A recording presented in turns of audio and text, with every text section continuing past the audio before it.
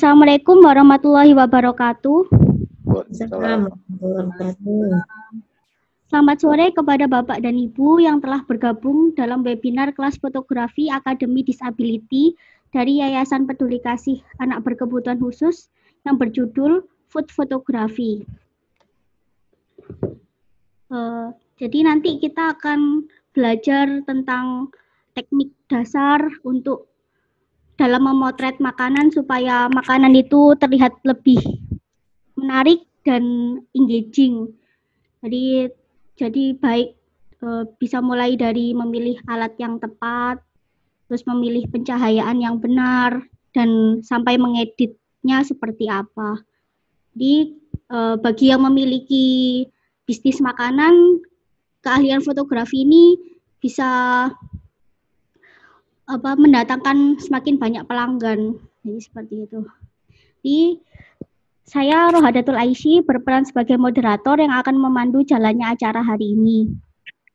Sebelum memasuki sesi sharing, izinkan saya memperkenalkan profil pembicara diskusi hari ini, yaitu Pak Dodi Setiawan Mawardi. Beliau adalah seorang fotografer profesional dan asesor BNSP. Terima kasih Pak Dodi telah berkenan menjadi pembicara hari ini dan dapat meluangkan waktunya. Oke. Rangkaian webinar ini berlangsung selama 60 menit. Di 5 menit pertama saya akan menjelaskan tentang aturan acara dan profil yayasan. Lalu dilanjut dengan sesi sharing dari pemenang lomba fotografi kemarin.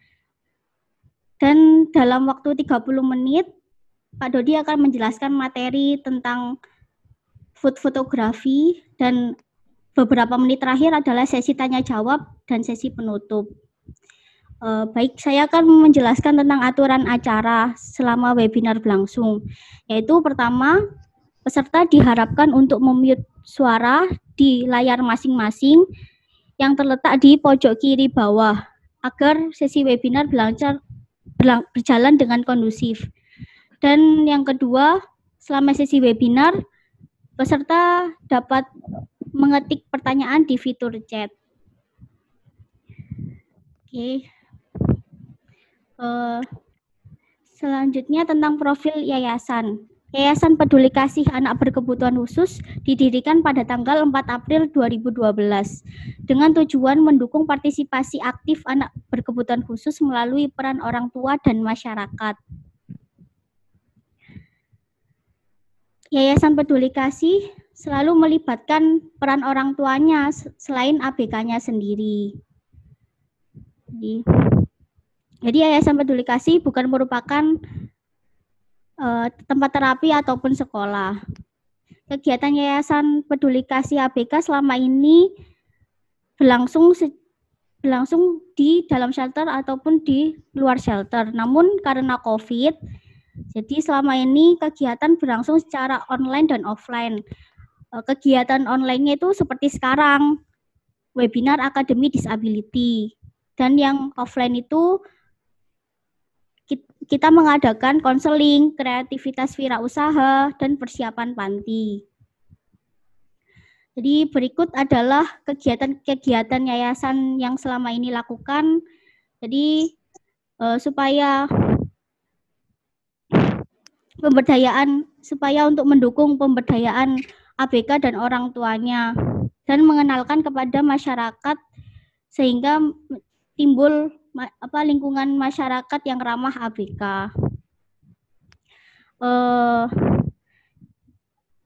Kegiatan yayasan terletak di Manyar Sabrangan 1A Surabaya dan Manggis Tengah 4 T58 Pondok Chandra Waru Sidoarjo. Atau untuk keterangan lebih lanjut bisa melihat di website yayasan yaitu www.ypedulikasihABK.org. Baik, seperti yang saya informasikan sebelumnya, Yayasan Peduli Kasih ABK kemarin pada bulan Agustus menyelenggarakan lomba fotografi. Dan pada 2 hari yang lalu, Yayasan mengumumkan para pemenangnya.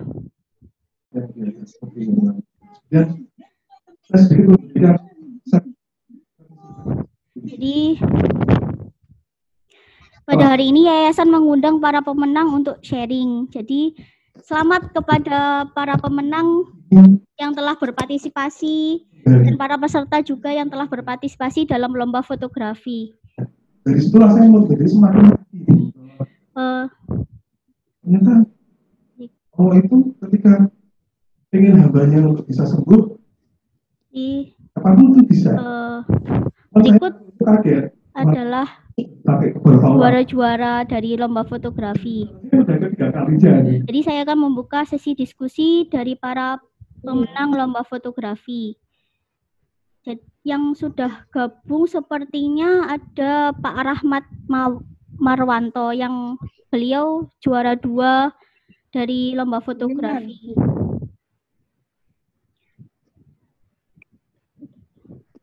Oke, jadi saya mulai dari Pak Erwin Kurniawan selaku juara 1 dari lomba fotografi. Jadi, halo Pak Erwin. Halo. Oh iya, selamat sore Pak. Selamat sore. Jadi, saya ingin menanyakan kepada Bapak dan para pemenang yang lain. Jadi, ini foto-fotonya, karya-karyanya ini sangat bagus semua ini. Jadi, bagaimana atau apa inspirasi Bapak sehingga dalam mengabadikan momen foto yang dikirimkan seperti itu? Pertama-tama saya ingin mengucapkan terima kasih kepada panitia, kepada para juri yang telah memilih foto saya. Ya, diberi kepercayaan menjadi salah satu juara di antara foto-foto terbaik lainnya. Kemarin itu sebenarnya saya motonya juga belum lama sih, masih belum sampai seminggu yang lalu. Waktu itu sedang kegiatan sama teman-teman aja, hunting bareng, mengisi liburan ke daerah Cukul. Kebetulan salah satu teman saya itu berkebutuhan khusus, tapi dia punya semangat untuk dalam fotografi. Jadi intinya waktu itu kita hanya ingin narsis-narsisan aja, lihat pemandangan di foto di belakang, kebetulan kita bawa bendera. Itu saya foto pakai handphone aja kemarin tuh sebenarnya.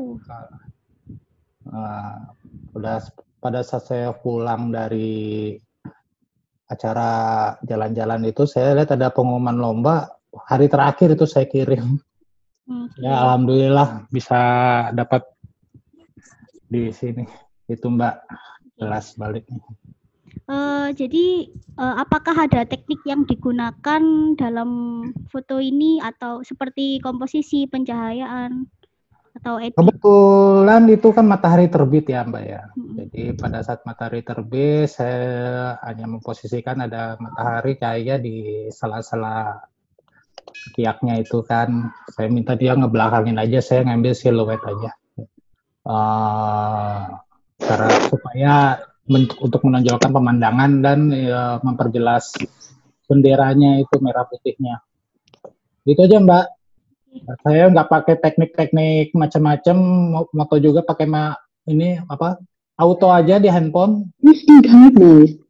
Iya gitu.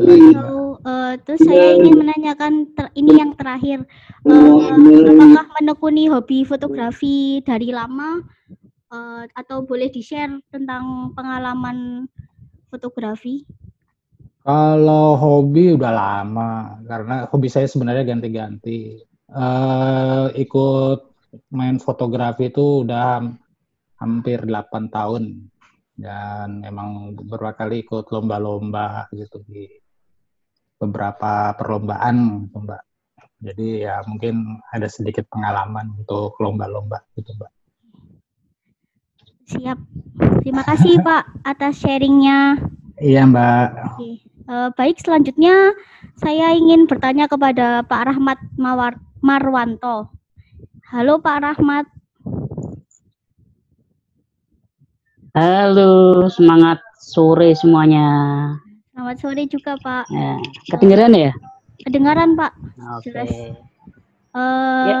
Jadi saya ingin menanyakan kepada Ya. Bapak seperti tadi, apakah inspirasi Bapak dalam mengabadikan momen foto yang Bapak kirimkan? Oke, baik. Sebelumnya semangat sore semuanya yang ikut webinar kali ini. Selalu semangat. Sekedar sharing aja. Sebenarnya awal mulanya saya kebetulan melatih adik-adik rumah difabel Kota Semarang. Nah, melatih fotografi dan itu memang basicnya hanya menggunakan kamera handphone. Ceritanya awalnya seperti itulah. Kebetulan foto yang alhamdulillah menang itu momen upacara 17 Agustus kemarin. Itu awal adik-adik difabel terinspirasi mengadakan upacara 17-an. Nah, di situ saya sebagai seksi dokumentasi mengambil kegiatan baik itu upacara maupun lomba-lomba yang diadakan adik-adik difabel waktu itu. Dan kenapa saya mengambil atau mengirim foto tersebut bukan yang lain, karena saya berbicara yang pertama itu foto itu bisa berbicara, intinya itu. Dan yang kedua momen. Nah, ini yang nggak bisa diulangi. Jadi bisa aja teman-teman foto itu bisa, tapi bagaimana caranya foto itu bisa berbicara, tersampaikan, gitu kan? Dan momennya pas. Nah, itu yang apa yang dikatakan Pak Erwin tadi, ini jam terbang. Teman-teman atau yang lain yang bergabung di webinar ini memang harus selalu jangan patah menyerah atau bosan, terus mutret terus walaupun menggunakan HP. Ceritanya seperti itu, sedikit gambaran, Mbak. Oke, atau bisa juga diceritakan tentang teknik yang digunakan?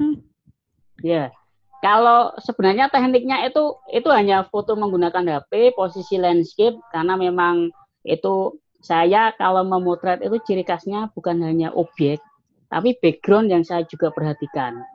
Jadi apakah garis lurusnya, apa yang masuk di frame, itu saya perhatikan. Jadi bagaimana caranya saya mengajarkan ke adik-adik difabel seperti itu. Kalau kalian memoto, yang di dalam frame itu harus berbicara. Tidak hanya kalau memotret orang, backgroundnya pantai seandainya. Tidak hanya orangnya saja yang bagus, tapi bagaimana caranya pantainya tidak miring, atau bagaimana caranya komposisinya tepat antara pasir, pantai, dan laut, langit, seperti itu. Jadi jangan hanya fokus di depannya saja. Nah, itu yang hanya saya menggunakan teknik biasa, auto, posisi landscape, saya potret, sudah. Saya edit standar, saya selalu merekomendasikan ke adik-adik snapshot aja. Pakai penambahan warna, saturasi, dan lain sebagainya. Hanya sebatas itu aja, tidak lebih. Seperti itu, Mbak. Oke, ini Bapak mengajarnya di KSD Semarang? Ya, betul. Ya, setiap hari Sabtu. Ya, setiap hari Sabtu kita jam 10 sampai jam 12 mengadakan pelatihan fotografi hanya menggunakan kamera HP. Tujuannya adalah memotret produk-produk KSD, seperti itu. Saya sering juga ke sana, Pak. Ya, besok Sabtu ke sana. Nah, ketemu pasti. Ya. Selanjutnya saya ada juara 3, Bapak Muhammad Arifin. Saya ingin bertanya. Halo, Pak. Halo. Oke, Assalamualaikum warahmatullahi wabarakatuh. Waalaikumsalam warahmatullahi wabarakatuh. Harus daftar dulu, Mas. Daftar linknya baru nanti dapat email. Jadi selamat sore Pak. Saya ingin menanyakan seperti yang pemenang sebelumnya saya jawab. Apa inspirasi Bapak mengabadikan momen foto yang dikirimkan ataupun dan teknik-teknik? Ya, terima kasih Mbak. Yang pertama saya sampaikan terima kasih kepada para juri dan panitia yang telah memberikan apresiasi kepada foto saya. Kemudian di sini salam sama Mas Erwin, baru kumpul di sini Mas Erwin, Barakuda Speed. Oh ya, tahu aja. Barakuda Speed, nggih. Ini kita sama-sama di dunia maya kita sering. Ya Mas. Ya, nggih. Kemudian untuk masalah apa ya Mbak ya? Motivasi apa? Inspirasi Pak. Yang saya angkat di situ karena dengan kondisi keterbatasan itu semangat dari kakak-kakak waktu itu ya, itu untuk nyambut lomba-lomba 17-an sangat antusias. Jadi pada waktu itu saya lihat ada yang maaf Mbak ya, ada yang kursi roda, kaki palsu, itu dengan lomba yang sederhana itu aja dia semangatnya kayak apa ya istilahnya, dia sangat antusias. Jadi itu yang saya ambil dari inspirasi foto saya. Kemudian untuk teknik nggak ada lah, istilahnya kita ya juga penghobi. Kemudian kita sering motret ke sana kemari, dan itu aja dadaan saya diundang salah satu komunitas Omasinau istilahnya kalau di Lumajang. Saya orang Lumajang, Mbak. Nah, itu Omasinau yang pada waktu itu kumpulan dengan kakak-kakak disabilitas. Yang topiknya aja beda dengan topik 17-an. Waktu itu speaking apa itu istilahnya waktu itu yang dibahas malah cara berbicara di depan umum pada waktu itu. Terus kemudian ditambahi dengan acara 17-an, itu aja. Okay. Untuk yang lainnya saya baru terjun hobi lah, baru 2018 saya pegang kamera, kemudian sering-sering belajar terutama sama Mas Erwin. Karyanya Mas Erwin sudah banyak yang melejit ya. Biasa aja Mas. Cuma itu aja dari saya. Oke, sekian. Ya, terima kasih Pak atas sharingnya. Okay. Kemudian ada juara harapan 1 yaitu Pak Isnu Hendi. Halo, selamat sore Pak Isnu Hendi. Oke. Ya. Oke. Halo, selamat sore. Oh, ya selamat sore Pak. Ya. Jadi saya ingin menanyakan, apakah inspirasi Bapak dalam mengabadikan momen yang dikirim?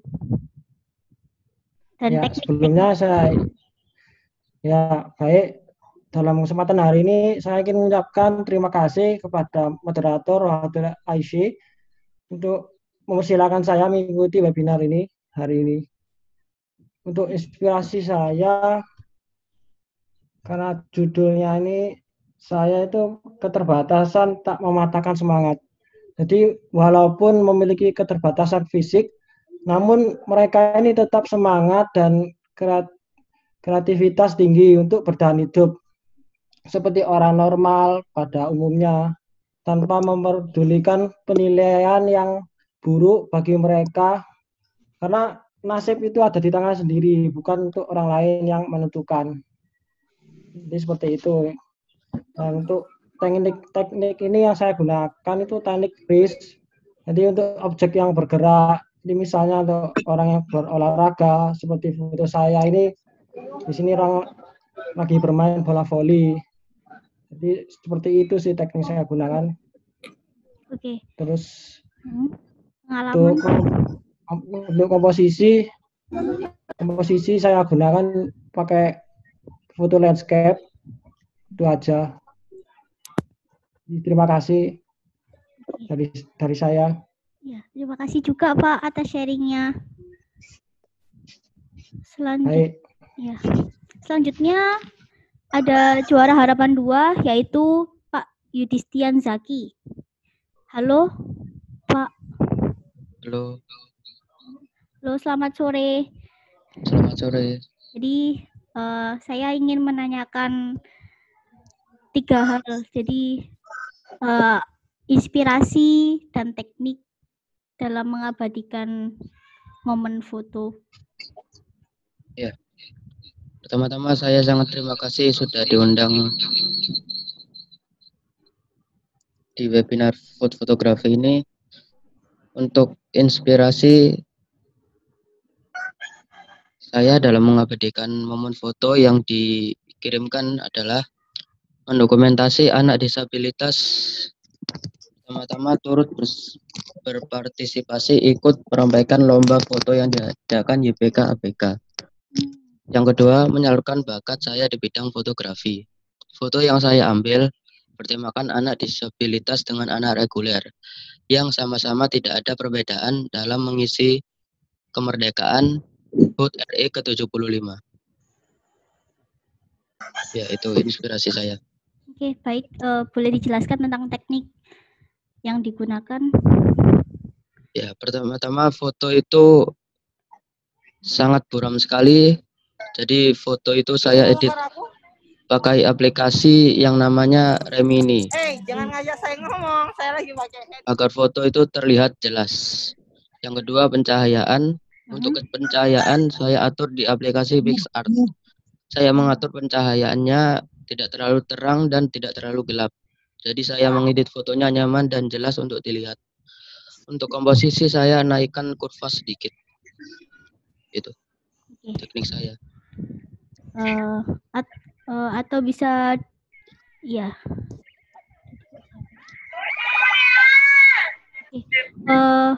Baik, selanjutnya sesi yang kita tunggu-tunggu yaitu pembawaan materi dari Pak Dodi Setiawan Mawardi yang berjudul Food Fotografi.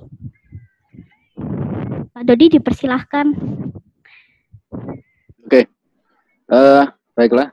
Selamat sore. Assalamualaikum warahmatullahi wabarakatuh. Saya ucapkan kepada seluruh pemenang lomba foto yang telah dipaparkan oleh Mbak Roha. Selamat kepada Mas Erwin. Mas Erwin dari Bandung ya? Saya dari Bogor, Mas. Dari Bogor ya? Oke. Iya, Mas. Selamat juga untuk para pemenang yang lain. Secara saya akan memberikan sedikit pendapat atau sedikit keterangan tentang foto-foto yang saya pilih kemarin.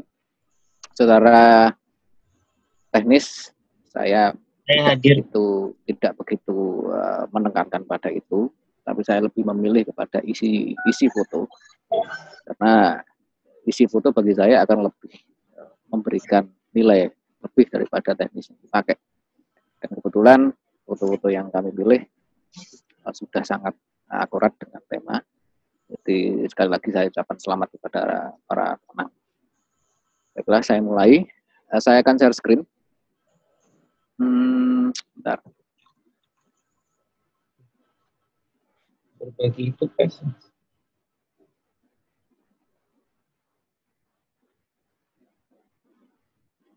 Sudah nampak di layar, Mbak? Sampun, Pak. Ya. Sampun. Oke. Motret makanan itu secara teknis sebetulnya tidak jauh beda dengan motret still life, karena memang still life itu mempunyai beberapa sub genre, termasuk food fotografi. Food itu dianggap sebagai benda, jadi bisa kita memakai teknis-teknis yang sama persis dengan yang dipakai oleh ketika kita motret still life. Itu buat ngamen itu ya? Pernah saya sampaikan beberapa waktu yang lalu di episode sebelumnya bagaimana motret still life dan teknis-teknis yang dipakai juga saya sampaikan. Jadi dalam hal ini nanti saya tidak akan mengulang lagi tentang teknis-teknis lighting yang dipakai, karena mungkin di beberapa peserta sudah mengikuti di beberapa episode kemarin. Apabila nanti diperlukan untuk teknis motret still life akan saya up lagi untuk episode yang lain. Motret makanan itu susah-susah gampang, nggak sekedar motret, karena intinya motret makanan itu bagaimana motret kelezatan, bukan sekedar motret bendanya, tapi bagaimana menyampaikan bahwa makanan itu bisa dirasakan enaknya dalam tanda kutip.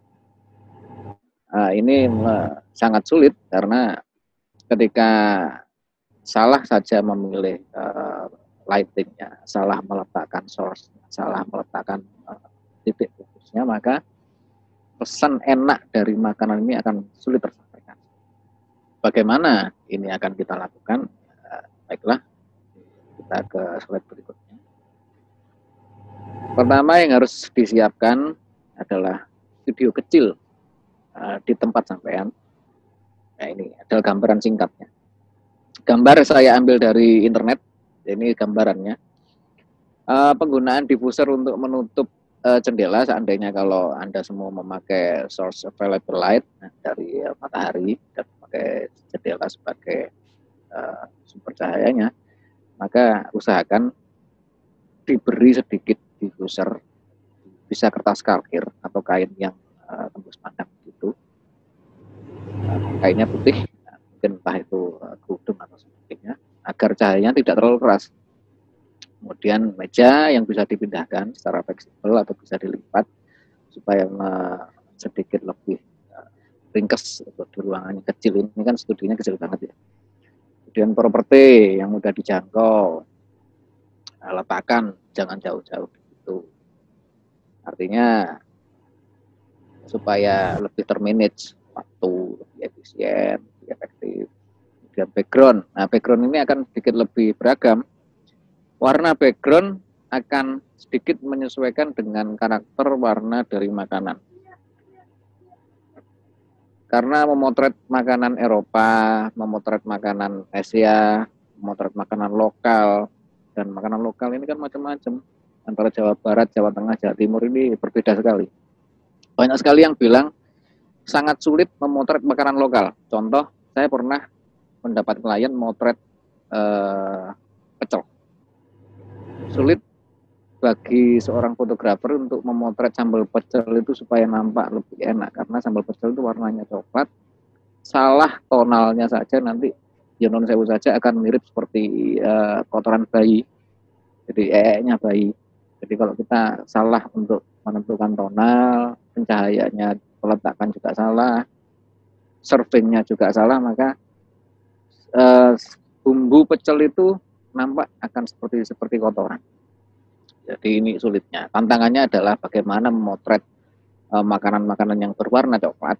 Itu tantangan, karena ketika itu teksturnya lembek, jangan sampai timbul persepsi itu seperti kotoran manusia atau kotoran bayi. Itu yang sulit.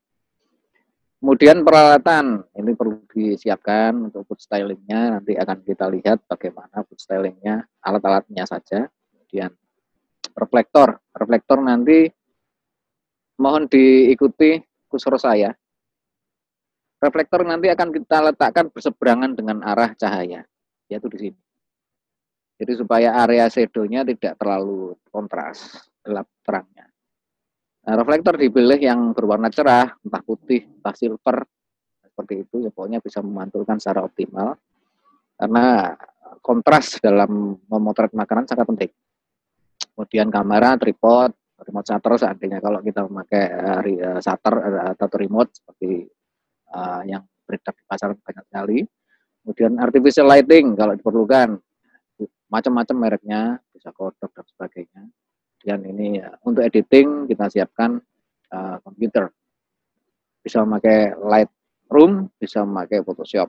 Silakan nanti istilahnya sangat fleksibel sekali. Tidak harus pakai Photoshop, juga tidak harus pakai Lightroom. Seandainya kalau sempat hanya diedit pakai smartphone, monggo silakan. Fleksibel saja. Ini setting di ruangan seandainya kalau betul-betul manfaatkan available light dan jendela. Syukur-syukur jendelanya lebih besar, jadi light-nya akan lebih optimal. Sempit nggak apa-apa. Nanti bagian yang berseberangan dengan saya dikasih semacam reflektor, entah itu karton mungkin atau aluminium foil mungkin, yang sekiranya bisa mengurangi kontras antara highlight dan shadow-nya. Ini tipe-tipe background yang bisa Bapak Ibu gunakan. Bisa bikin sendiri, beli triplek lah, ukuran yang secukupnya, dicat sendiri dengan tekstur yang sesuai dengan keperluan. Warnanya juga menyesuaikan, karena untuk memotret makanan butuh ini sedikit pengetahuan mengenai color wheel atau ilmu tentang warna. Perlu diketahui tentang warna komplementer itu apa, warna triadik itu apa, terus warna RGB itu apa. Jadi penyesuaian warna itu penting. Ini dicat, jadi tripack ini dicat putih. Nanti seandainya kalau diperlukan background putih. Tekstur seperti yang tengah ini, atau yang polos, solid seperti itu bisa. Nah ini alat-alat food styling bisa didapat di S Hardware mungkin seandainya kalau Bapak itu Ibu butuh. Kebetulan ini ada tusuk gigi, supit, button bud, pinset, pewarna makanan, semprotan kecil. Nah semprotan kecil ini manfaatnya untuk motret food atau minuman yang memberikan kesan seger, kekuatan kulkas. Ada yang memakai ini apa semacam es batu tiruan, ada yang pakai es beneran, ada yang pakai asap buatan seperti dari vape, juga ada. Nanti menyesuaikan dengan tipe makanan yang makan itu. Styling, ini tipsnya. Tentukan properti lebih dahulu sesuai dengan tipe food. Nah, contoh misalnya kalau motret Asian food Jepang katakanlah, maka Jepang itu identik dengan bambu, dengan supit, dengan segala sesuatu yang tidak berbahan metal, mungkin bisa keramik. Nah, keramiknya itu pilih bahan-bahan yang berwarna coklat, berwarna abu-abu, dan tidak tampil sempurna, katakanlah bentuknya tidak terlalu kotak. Ya, kotak itu lebih kesannya lebih tegas, tidak Asia banget. Pilih yang oval, katakanlah ovalnya tidak sempurna mungkin. Warnanya cenderung lebih ke putih, lebih ke abu-abu atau coklat yang seperti mirip dengan bambu, seperti itu. Kemudian usahakan masak makanan yang masih setengah matang. Karena apa? Proses memotret ini kan lama. Jadi jangan sampai warna makanan itu akan tidak segar. Kenapa setengah matang? Supaya kesegaran warnanya masih terjaga. Dan jarak antara mengangkat makanan dari setelah masak sampai persiapan penataan properti ini kalau bisa sedikit agak istilahnya jangan sampai terlalu lama. Ditata dulu layoutnya, disket pakai sketsa begitu, mau dipakai komposisi apa. Nanti mengenai komposisi akan saya berikan di slide berbeda dari ini supaya paham bagaimana untuk menata komposisi. Kemudian piring putih netral untuk segala makanan, tapi untuk makanan coklat yang berwarna coklat maksudnya, seperti yang tadi saya sampaikan, lebih berhati-hati. Karena untuk makanan yang berwarna coklat itu jangan sampai menimbulkan persepsi yang berbeda seperti itu. Aksen ini macam-macam, hiasan-hiasan yang bersifat sekunder, kayu, kain mungkin di situ kalau perlu, atau nanti alasnya pakai ubin yang ubin-ubin cor-coran yang teksturnya kasar mungkin difoto dari atas, atau marmer itu menyesuaikan. Seandainya kalau marmer cocoknya untuk makanan Eropa katakanlah, terus granit atau kertas atau logam sebagainya. Logamnya juga pilih yang sekiranya tidak terlalu mengkilat mungkin, itu menyesuaikan makanan juga. Ini settingnya, penataan layout dilakukan lebih dahulu. Ini penting. Untuk motret makanan yang bersayur, karena ini akan tetap menjaga faktor kesegaran warna dari makanan itu, supaya tidak ada jeda waktu yang terlalu lama. Nah ini, jika makanan dalam mangkok berbanyak warna, usahakan di luar itu usahakan ada warna putih sebagai penetral. Maksudnya supaya mata kita lebih tertuju ke dalam mangkok, bukan di luar mangkok. Supaya pandangan kita itu lebih terfokus ke dalam mangkok. Ini kalau di dunia komposisi namanya focal point atau point of interest atau center of interest kalau di dunia. Taruh saja mangkok itu seandainya di dalam ada makanan yang banyak warna, jangan sampai di luar mangkok ada warna-warna yang lebih mencolok. Ini menghindari saja. Pemilihan properti pelengkap berdasarkan mood makanan. Seperti tadi yang saya ungkapin, seandainya kalau makanan Jepang harus cocok propertinya apa. Nggak mungkin kalau seandainya contoh begini, saya motret pecel, terus di sebelahnya itu ada sumpit atau ada pisau mungkin, itu nggak akan cocok. Jadi pilih yang cocok dengan pecel itu apa? Katakanlah sendok kayu mungkin atau kobokan mungkin, istilahnya apa ya. Itu nanti makan menyesuaikan. Penuhi piring Anda. Kecuali kalau misalnya plat atau plate Anda itu akan diberi tulisan nama makanan itu. Jangan sampai piring itu terkesan kosong. lebih besar kosongnya daripada isinya. Kemudian perhatikan background, jangan sampai background itu mengganggu perhatian dari objek makanan yang akan difoto. Kemudian usahakan blur. Untuk memberi efek blur pada foto background ini, usahakan pakai lensa yang bukan lebar. Kalau misalnya Anda pakai DSLR atau mirrorless yang lensanya bisa diganti, usahakan pakai lensa yang paling tidak mempunyai aperture 1.8 atau mungkin f2 atau 1.4. Jangan terlalu lebar karena nanti akan nampak lucu. Terlalu blur banget juga nggak bagus, terlalu tajam banget juga nggak bagus. Background ini penting banget supaya memberikan sekedar pelengkap saja, jangan sampai menjadi satu objek yang utama. Kemudian pilih tatakan yang eye catching. Nah, tatakan eye catching ini sebagai antisipasi kalau seandainya warna yang akan kita foto itu coklat seperti itu. Bisa dirasakan lah kalau warna coklat seperti itu kesannya seperti apa bisa dirasakan. Cara netralisirnya pakai tatakan piring yang warnanya lebih cerah. Ini salah satu triknya. Kemudian pakailah bahan kayu, kain, logam sebagai penambah daya tarik. Kemudian gunakan side light. Nah, kenapa side light? Supaya highlightnya itu lebih terreflektif. Kemudian pakailah properti yang terkesan berkarat atau kayu yang lapuk. Ini juga terkadang memberikan satu efek yang menonjol ya. Karena tidak semua benda yang nampak sempurna itu akan bagus, tapi justru akan menangkap satu efek atau mood yang enak ketika properti-properti itu dipilih dari bahan-bahan yang alami, kacer, kayu, bambu. Pilih garnish yang mencolok. Shoot dari berbagai angle ini tujuannya adalah supaya kita bisa mempunyai pilihan, jangan dari satu angle.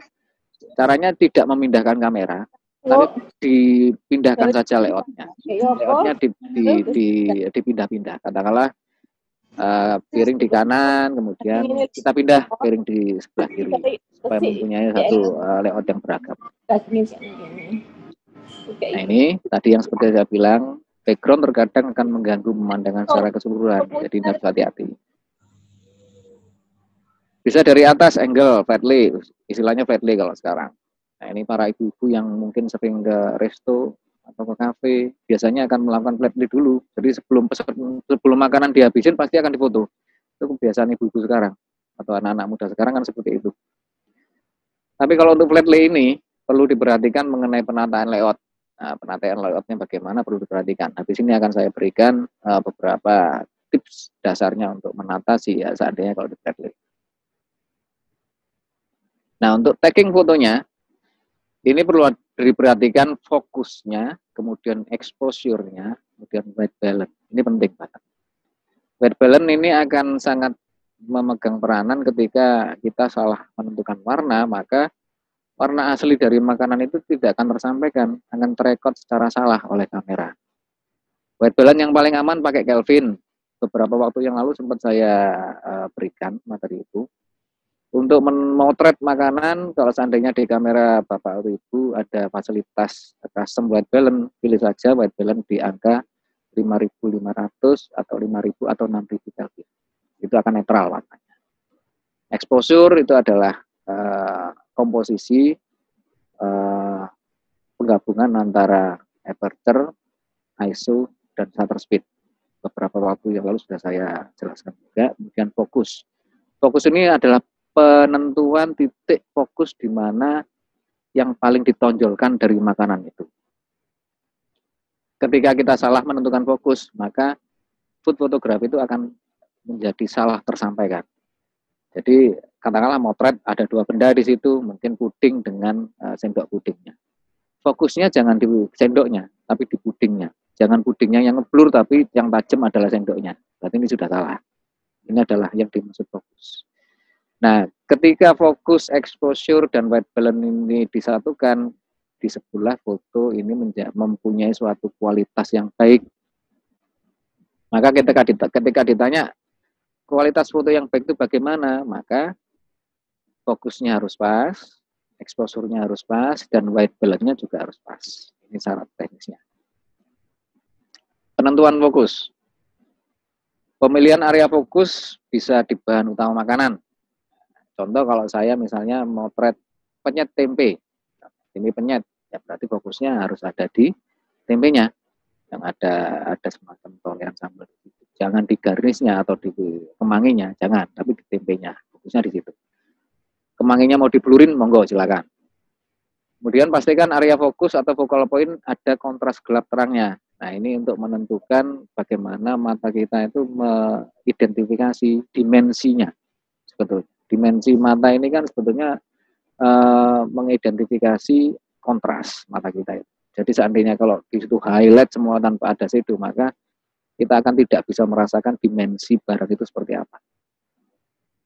Pastikan area fokus ada di depan, ada di area depan. Jadi yang menjadi titik fokus utama ada di foreground, jangan di middle atau jangan di area background. Ini akan menjadi tidak tersampaikan nanti maksudnya. Ini adalah pemakaian komposisi rule of third. Jadi kalau di smartphone sudah ada grid panduan seperti ini. Jadi letakkan saja di perpotongan garis vertikal dan horizontal. Di gambar kanan juga seperti itu. Penentuan fokusnya ada di kicknya, ada di cookiesnya ini. Ada di perpotongan. Area background sudah ada. Subjeknya juga cuma di blur. Fokusnya ada di area depan dan disesuaikan dengan perpotongan rule of third. Kemudian ini masalah teknis. Apa yang menyebabkan foto itu ngeblur atau tidak tajam? Pertama, ketika memotret tidak memakai tripod, dipegang oleh tangan, dan shutter speed-nya terlalu lambat, itu akan bisa menyebabkan foto menjadi ngeblur. Solusinya, pakailah tripod, dan shutter speed-nya kalau bisa lebih tinggi dari pemakaian focal length. Katakanlah, seandainya kalau Bapak atau Ibu memakai fixed length 50 mili, maka shutter speed-nya sebisa mungkin di atas 50. Katakanlah 160, 170, atau 100, seperti itu. Jangan sampai lebih rendah daripada 50 mili. Itu kuncinya. Kemudian pemakaian aperture terlalu lebar, ini juga mengakibatkan foto sedikit ngeblur. Solusinya bisa agak mundur sedikit, atau pakai tripod, dan memakai aperture yang lebih tinggi. Lebih di atas, katakanlah f8 mungkin, atau f5,6 mungkin. Salah penentuan titik fokus, jadi juga bisa menyebabkan secara teknis foto menjadi ngeblur. Untuk solusinya, matikan saja autofocus. Sama pakai manual fokus. Artinya kalau kita memakai DSLR, manual fokus pasti ada pilihan di situ. Matikan saja autofocus. Tentukan saja di area depan fokusnya supaya area background-nya tidak menjadi titik perhatian utama. Ini penjelasan tentang aperture, saya jelaskan sepintas. Semakin kecil angka aperture, maka background akan semakin ngeblur. Kalau semakin tinggi angka aperture f32, maka background akan semakin tajam. Nah, nanti diperhatikan saja di lensa Anda atau di layar informasi kamera Anda, perhatikan saja. Exposure, tadi yang sempat saya bahas adalah keterkaitan antara ISO, aperture, dan shutter speed. Ini sudah saya jelaskan. Nanti saatnya kalau ingin diunggah lagi mengenai teori ini, bisa diadakan lagi di berikutnya. Ini di Canon. Jadi kalau misalnya Anda pakai mode C1, C2, C3, ini adalah mode di mana ada semacam custom shot. Bisa ditentukan, bisa direkod perhitungan exposure Anda nanti. Bisa pakai auto atau bisa aperture priority di sini. Bisa dipakai untuk motret food. Usahakan pakai dua ini saja. Nah, memahami exposure tidak hanya memahami tentang bagaimana mekanisme bekerja antara ISO, aperture, dan shutter speed, tapi adalah mengamati cahaya datangnya dari mana, perlu diffuser atau tidak, butuh fill light atau tidak, dan pemahaman mengenai jalan. Nah, ini adalah secara global pemahaman exposure itu seperti apa. Jadi tidak hanya penguasaan yang tiga tadi itu, juga untuk peka terhadap datangnya cahaya dari mana, warna cahayanya apa, perlu diffuser atau tidak. Ini berkaitan banget. Peletakan cahaya, kalau front light seperti ini. Tidak ada shadow sama sekali yang nampak di situ. Paling sedikit di area sebelah kiri flat atau piring. Side light seperti ini, sangat kelihatan banget. Perlu tidaknya diffuser akan menentukan, akan relatif, akan sesuai dengan kreativitas. Bisa dikasih diffuser untuk meminimalisir shadow atau tidak, ini tergantung nanti kesukaan masing-masing. Backlight. Kalau seandainya kita memilih backlight, maka harus hati-hati. Di sini perlu untuk ditambahkan fill light supaya tidak terlalu gelap area depannya. Bisa memakai reflektor juga nanti. Reflektornya juga dipasang agak sedikit mendekat. Kita pakai semi tele, jadi kita agak mundur supaya area shadow, karena ini backlight, maka jangan sampai menjadi siluet. Tapi area depan ini lebih, expose-nya lebih terangkat. Jadi pada saat eksekusi ini usahakan ini nampak, jangan diedit. Kalau diedit khawatirnya nanti yang area highlight di background akan menjadi overexpose. Jadi pada saat eksekusi pastikan nampak semua. Nah ini kalau backlight, kemudian dikasih semacam reflektor rata, tidak ada yang gelap di sini. Ini pemakaian diffuser, jadi tidak terlalu overexpose, tidak harsh light juga. Ini dari samping, ya, memakai jendela. Tidak nampak sedikit pun kontras yang terlalu tajam, jadi area shadow ini tidak terlalu gelap. Artinya ini pemakaian reflektor optimal. White balance ini adalah semacam penentuan supaya warnanya tidak terlalu menyimpang. Ini perlu diperhatikan. Saran saya pakai white balance auto atau white balance Kelvin, angkanya antara 5.000 sampai 6.000. Silakan dipakai. Saya kira cukup segitu, Mbak Roha, penjelasan saya. Ini akan saya lanjutkan ke gambar-gambar contoh-contoh untuk pengkomposisian dari sisi flat lay maupun dari sisi angle yang berlainan. Bentar. Oke. Terima kasih Pak Dodi atas materinya. Siap. Oke, sekarang adalah sesi tanya jawab. Saya ini sambil saya share contoh-contoh food yang bisa dilakukan ya. Oke, siap Pak. Oke, monggo silakan yang mau bertanya. Bentar.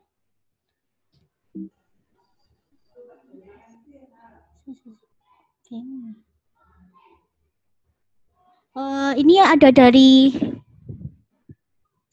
layar saya sudah nampak ya? Sudah Pak. Ini ada dari Bu Mangesti Waluyo Sejati. Oh Pak, maaf Pak Waluyo Sejati. Jadi beliau menanyakan, saya ada setting ruang untuk rapat melalui Zoom. Jadi ruangannya itu 3x3 meter. Bagaimana untuk lighting untuk mendapatkan gambar yang bagus? Seperti itu. Oh, untuk live stream ya? Iya sepertinya Pak. Oke, sebentar saya melihat pertanyaan. Yang kamera yang digunakan beliau itu webcam Logitech C930E. Oke. Mohon izin tanya, saya setting ruang untuk rapat melalui Zoom. Bagaimana lighting untuk mendapatkan gambar yang bagus? Untuk ruangan seperti itu saya kira mohon tidak memakai lampu yang ada di ruangan itu atau lampu yang tergantung di plafon, tapi usahakan pakai lampu yang lampu belajar yang bisa didapat di marketplace yang ada armnya itu, ada semacam kayak lengannya yang bisa diarahkan dari samping saja, dan usahakan tidak terlalu langsung menatap ke muka karena nanti akan overexpose. Mendingan lampu itu kemudian diperobongin sama tas kresek putih supaya sedikit meredam, supaya nggak terlalu keras. Itu juga saya lakukan karena untuk mendapatkan lampu studio yang serius untuk setting seperti itu sedikit lebih mahal, tapi untuk lebih murah pakai saja lampu belajar yang bisa didapat di marketplace itu ada kok, banyak kok, nggak sampai 200 harganya. Saya kira seperti itu. Baik, terima kasih Mas Dodi. Siap. Pakai green screen Pak, pakai green screen kalau bisa pakai background ini, pakai background warna hijau Pak, pakai background warna hijau di belakang sampean. Jadi nanti usahakan background green screen itu ditegakkan di belakang sampean, terus manfaatkan fasilitas virtual background yang ada di Zoom. Nah, untuk lampu ruangan kalau di Zoom mungkin kalau seandainya terang banget sekitar 100 watt, saya kira tidak butuh lampu tambahan Pak, saya kira. Jadi prinsipnya malah tidak menggunakan lampu yang dari plafon ya berarti? Sebetulnya bisa Pak, cuma nanti kan khawatirnya begini, wajah panjenengan seandainya kalau betul-betul di bawah lampu itu kan khawatirnya ada shadow di bawah hidung, kan nggak enak dilihat toh Pak. Jadi betul, sebaiknya, lah makanya itu sebaiknya pakai lampu belajar yang seperti dipakai ini teman-teman di teknik sipil, yang lampu yang bisa dikaitkan di pinggir meja itu, diarahkan saja secara menyamping itu supaya bisa timbul kesan. Kiri apa kanan? Itu nanti, monggo terserah kondisi meja panjenengan. Itu nanti saya ada posisi itu memang sudah ada itu lampu bulat circle itu loh, kayak yang biasanya. Iya. Itu untuk teman-teman kalau lagi make up itu kan. Halo. Itu dulu saya beli kalau untuk buat video pakai HP. Jadi itu besar itu lampunya, tapi kan itu bisa diredupkan, bisa terang gitu. Bisa. Pakai dimmer kan? Pakai dimmer kan itu. Ya. Nah, kalau pakai dimmer mendingan gini Pak, jangan sampai tegak lurus di depan persis sampai nanti kesannya jelek, tidak berdimensi. Mendingan agak sedikit miring jatuhnya. Oh, miring ya? Ya, dan jadi tidak pakai lampu atas ya? Jangan, kalau pakai lampu atas nanti di bawah hidung jenengan ada shadownya jadi kelihatan aneh Pak. Jangan Pak. Hanya. Halo Pak. Halo Pak. Oke. Ya Mas Dodi. Jadi besok nanti langsung saya pakai karena ada meeting kan. Sekarang ini kan relatif meskipun pandemi gitu ternyata kan lebih sibuk. Maksudnya memakai Zoom itu sudah sekarang sehari bisa tiga kali ya meeting. Betul. Itu juga saya alami. Saya seminggu ini jadwal Zoom saya juga padat banget ini. Nah, saya kemarin kenapa kok pakai beli Logitech kan? Saya pakai MacBook Pro meskipun Core i7 tapi kan itu sudah MacBook Pro tahun 2010. Jadi saya sudah nggak mau di era gini beli lagi, sudahlah tak gunakan yang ada ya. Ya memang di meja biasa di rumah itu ada yang besar itu TV. Bukan TV sih, Dell itu loh, kamera laptop, bukan laptop, yang itu tapi layar sentuh itu. Jadi kalau rumah maka lebih banyak itu. Kalau dulu kan MacBook-nya untuk lebih banyak ke mobile ya kalau ini mana. Nah, sekarang kan lama semua sudah zaman itu. Jadi kameranya nggak bagus.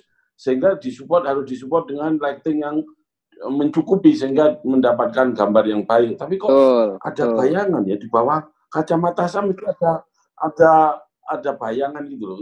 Merasa nggak enjoy juga saya gitu. Itu karena sampean mengandalkan satu lampu dari plafon Pak.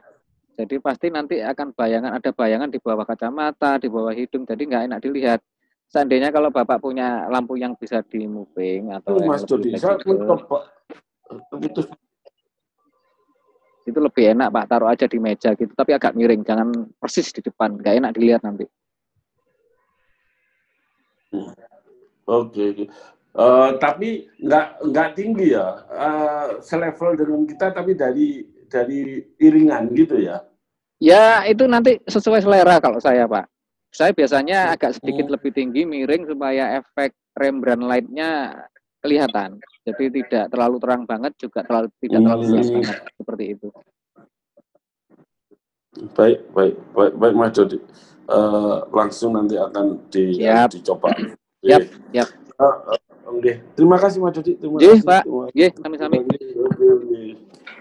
Monggo Mbak Roha, pertanyaan berikut. Jadi ada pertanyaan dari Bu Ana Oktavia. Jadi posisi memotret yang ideal itu bagaimana?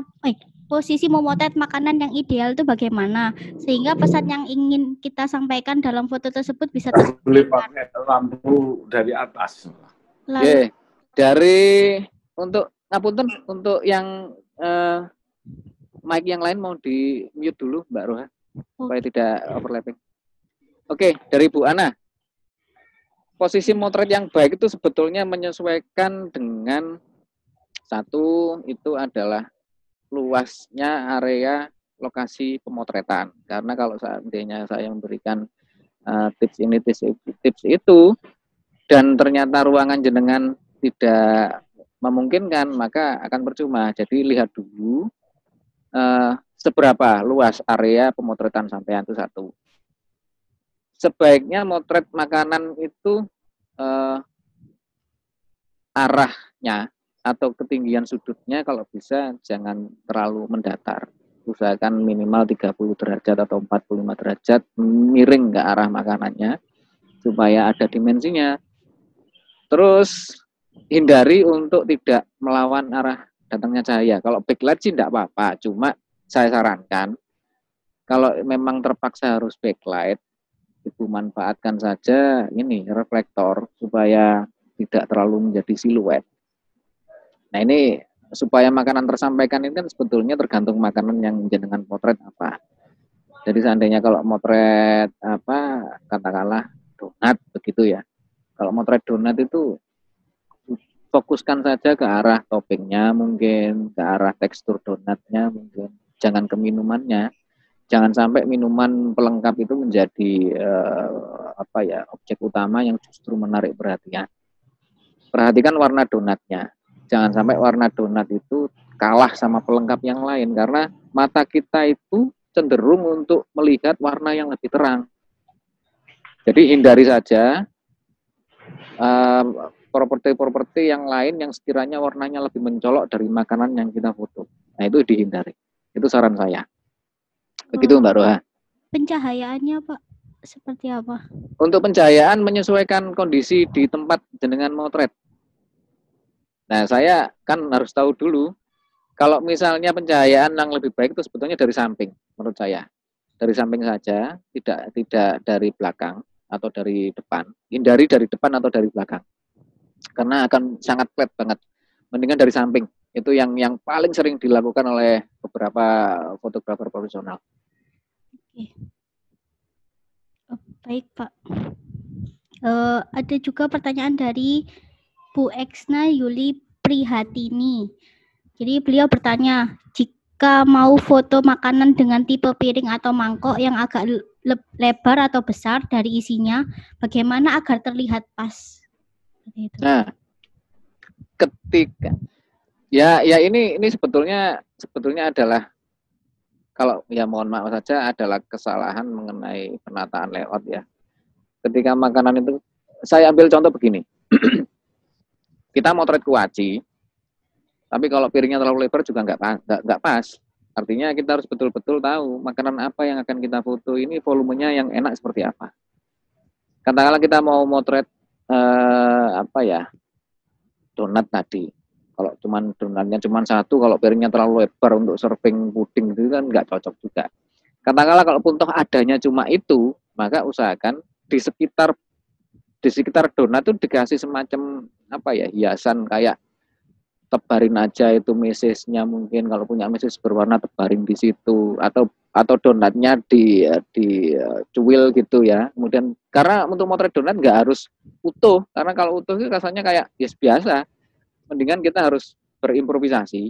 kita menguji kreativitas kita. Donatnya dicuil saja separuh, kemudian agak disebarin gitu, enggak apa-apa.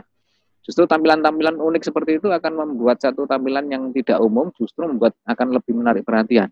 Dan fotolah dari atas, atau dari samping, atau dari angle yang Ibu suka, nanti dibandingkan. Dilihat satu persatu dan rasakan lebih enak mana. Nah, supaya donat itu stands out atau lebih mencolok, gunakan piring yang berwarna lebih cerah, yang tidak banyak sekali warna putih usahakan. Seperti itu. Oke. Baik, Pak. Kalau ada yang ingin bertanya lagi, dipersilahkan, atau bertanya melalui chat, atau bertanya langsung dipersilahkan. Sambil bertanya, silahkan teman-teman yang lain melihat layar yang sudah saya share. Baik, Pak.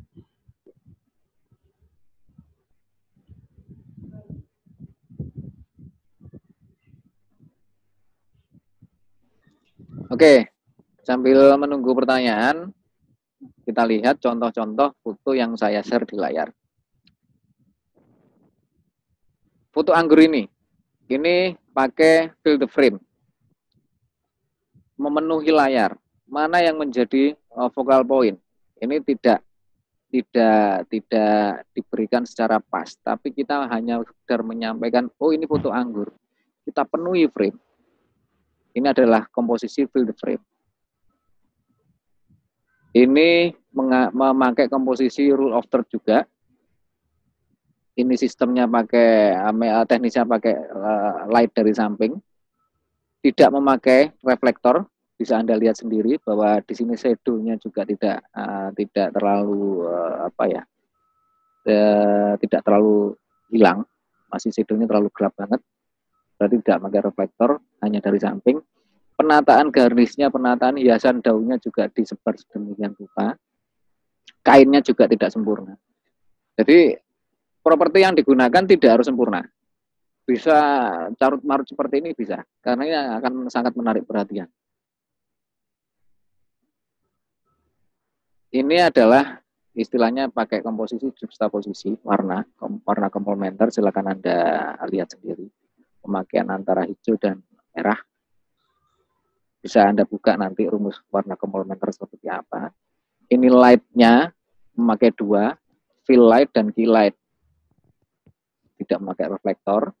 Shadow-nya juga tipis banget, kontrasnya enak dilihat. Ini donat digabung dengan mainan. Ini memakai komposisi negative space, arah light dari arah sekitar jam 2, tidak memakai reflektor. Ini sangat kelihatan banget bahwa area shadow yang ada di buah ini juga masih ada di situ. Ini golden rule. Jadi sebelum Anda menata makanan Anda, perhatikan dulu sketnya. Bikin sket di kertas, digambar saja. Ikutin saja seperti sket di atas. Gambar di atasnya adalah sket golden ratio atau golden rule. Ditata aja seperti itu.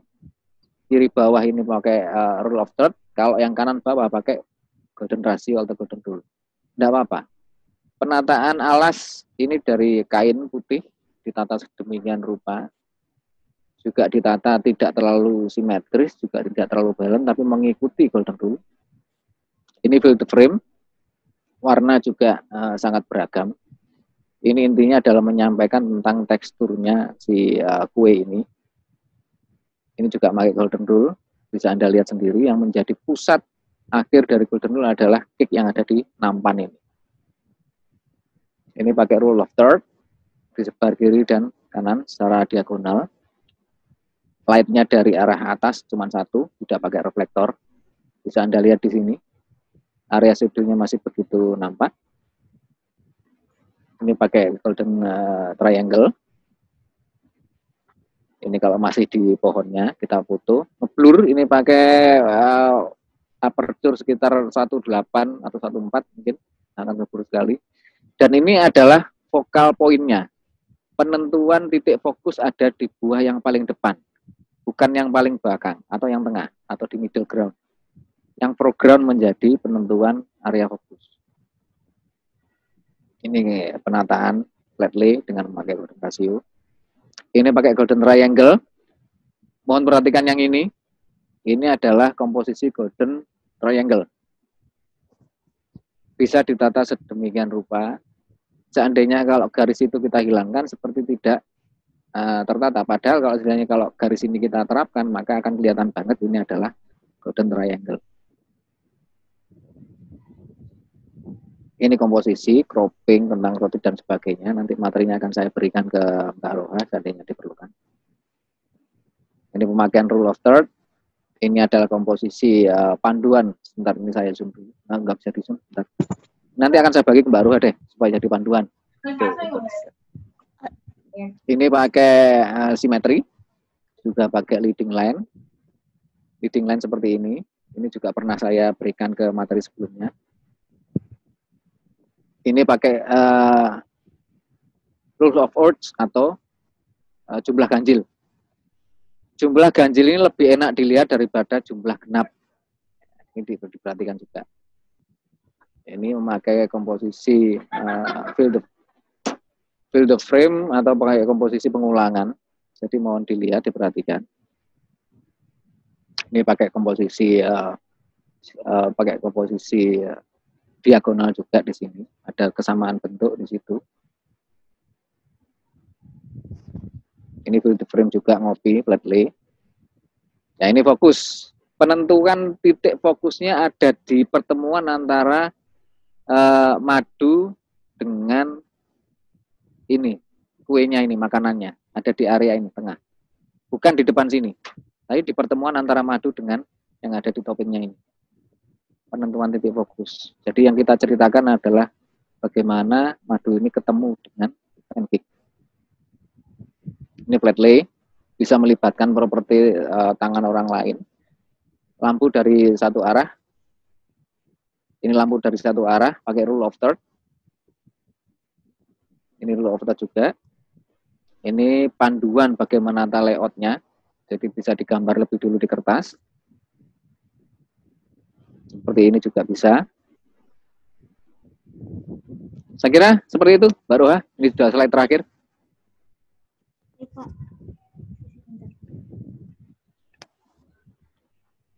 Oke. Ini ada yang bertanya, Pak. Dari Bu Anastasia Helda. Jadi kalau dalam kondisi mendadak tanpa kamera, hanya ada HP, apa yang sebaiknya dilakukan supaya makanan terlihat enak? Satu, syaratnya cahaya harus cukup dulu. Cahaya harus cukup dulu. Kalau seandainya di situ saat malam, katakanlah di ruang kafe, memang agak sedikit lebih sulit. Tapi usahakan pilih meja yang pencahayaannya cukup. Nah, pencahayaan cukup. Kalau seandainya saat itu siang hari, maka usahakan sedikit mencari tempat atau area yang cahayanya juga cukup, entah di pinggir jendela ataupun di pinggir pintu yang pintunya dibuka. Karena satu, smartphone itu tidak bisa dibandingkan dengan DSLR dari sisi kepekaan menangkap partikel atau gelombang cahaya untuk bisa direkam di sensor. Ini ya tidak bisa dipungkiri. Jadi untuk mengatasi keterbatasan HP, pastikan dulu pencahayaan saat itu harus betul-betul tersedia dengan ideal. Itu saran saya. Baik. Ada pertanyaan dari Bu Eksna Yuli Prihatini. Jika menggunakan HP untuk potret makanan dan kurang maksimal sehingga menggunakan tambahan filter yang digunakan itu filter seperti apa, Pak? Biar tidak terlalu norak. Nah, saran saya filter yang digunakan itu jangan sampai filter yang cenderung menghilangkan warna aslinya makanan. Kan nampak lucu juga nanti seandainya kalau kemangi jadi warna biru atau jadi warna merah. Karena motret makanan itu sama dengan motret landscape, pemandangan alam, motret makro sama. Yang dimaksud sama adalah jangan sampai warnanya itu menyimpang dari warna asli. Itu rumus yang paling utama ketika kita memilih filter yang ada di fasilitas HP. Tapi syarat utama ya juga itu tadi, cahaya harus tercukupi dulu. Supaya apa? Makanan ini tidak terlalu gelap Karena HP itu kalau seandainya terlalu gelap maka akan menaikkan nilai ISO-nya. Kalau nilai ISO terlalu tinggi dipastikan noise. Nah, seperti itu saran saya. Oke. Pertanyaan terakhir, Pak. Maaf. Yeah. Dari Budiah Mira. Jadi beliau menanyakan apa yang dimaksud dengan rule of third itu apa? Rule of third itu adalah pembagian area frame menjadi 3 area yang dipisahkan antara garis vertikal, 2 garis vertikal dan 2 garis horizontal. Ini kalau di smartphone disebut grid atau garis panduan. Kalau di dunia komposisi istilahnya rule of third atau sepertiga area. Nah, meletakkan apa yang kita foto di sepertiga area di garis perpotongan antara vertikal dan horizontal itu dianggap sebagai satu peletakan yang paling terbaik ketika kita motret apapun. Entah itu food, entah itu still life, entah itu landscape dan sebagainya. Kalau di smartphone sampean, yang smartphone yang ada keluar di akhir-akhir ini pasti ada grid itu tadi, garis panduan. Itulah yang kita sebut rule of third. Seperti itu. Oke. Baik, terima kasih Pak Dodi. Yeah. Sesi pertanyaan ditutup. Jadi sekarang saatnya sesi penutup. Jadi tiba saatnya di penghujung acara. Saya memohon maaf atas molornya waktu. Enggak apa-apa, enggak masalah. Bapak dan Ibu sekalian, kami sangat berterima kasih atas partisipasinya di acara webinar ini. Terima kasih juga kepada Pak Dodi atas ilmu fotografinya yang sangat bermanfaat. Sami-sami. Terima kasih juga kepada para pemenang yang bersedia meluangkan waktunya dan dapat sharing mengenai pengalaman dalam mengikuti lomba fotografi. Siap. Jadi atas nama Yayasan Peduli Kasih ABK, kami memohon maaf atas kata-kata atau kendala teknis yang kurang berkenan. Jadi semoga ilmu yang kita dapat hari ini bermanfaat bagi kita semua. Dan sampai bertemu di webinar Akademi Disability selanjutnya. Siap.